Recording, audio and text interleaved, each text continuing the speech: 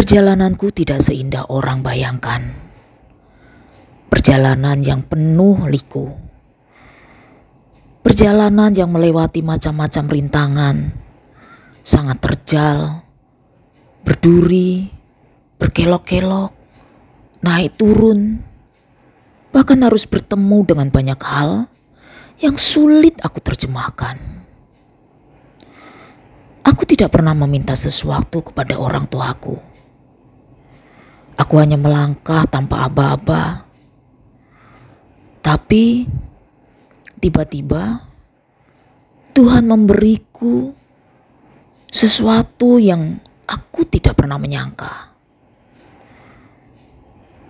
Aku di atas, di puncak yang sangat tinggi. Itu karena prestasiku. Mempunyai sebuah perusahaan besar, mempunyai butik, juga mempunyai resto yang lumayan besar. Tapi di situ aku lupa diri. Semakin rakus dengan dunia, dan aku tidak tahu jalannya. Saat di puncak, banyak penjilat datang padaku, menyapaku, bahkan dia tidak peduli bahwa aku adalah wanita. Beberapa artis papan atas tiba-tiba jadi teman, bahkan bilang aku sudah seperti kakaknya, saudaranya, dan bla bla bla bla. Dan aku tidak mau menyebut siapa orang itu. Dan semua itu akan pret pada waktunya. Dan itu fakta.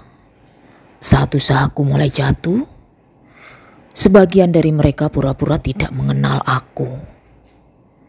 Padahal dulu dia yang paling getol main ke rumahku. Tapi itulah dunia, seperti senja yang indahnya sementara. Aku tidak pernah menyangka bahwa aku akan menjadi sesuatu di saat aku dewasa. Menerobos di antara para pejabat, public figure, dan lain-lain. Padahal aku hanya wanita yang bodoh. Padahal aku tidak pernah meminta pada Tuhanku. Aku hanya mengikuti alur waktu dan menjaga perutku untuk tidak menangis kelaparan. Tapi saat kita tidak meminta, saat kita tidak meminta apapun, Allah memberi berlebih yang tak pernah disangka-sangka. Saat itu semua aku punya. Teman banyak, bahkan yang mengaku saudara sangat banyak.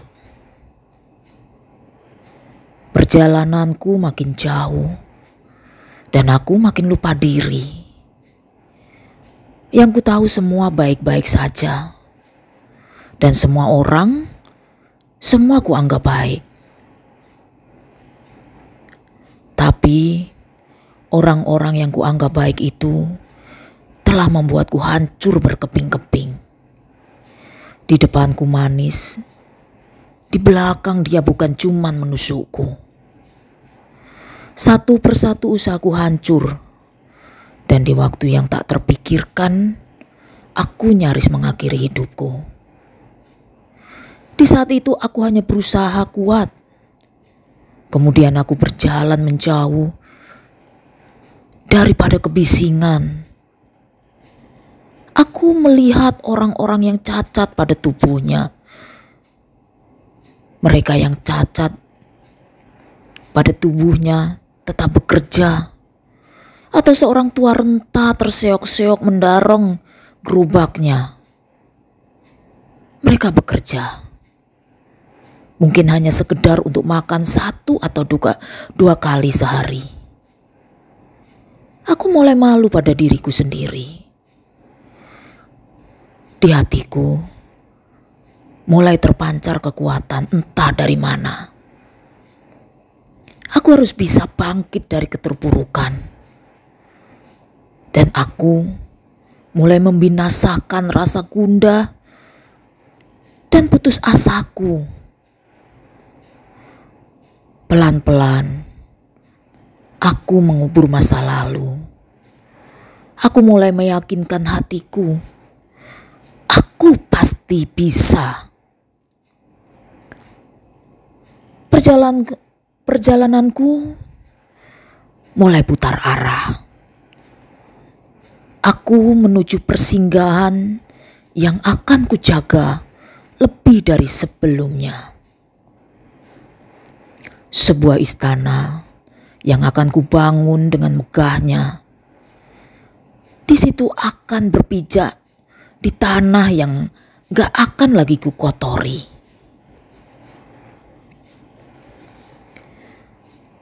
Disitulah aku mulai. Kulupakan masa lalu tanpa ingin kembali.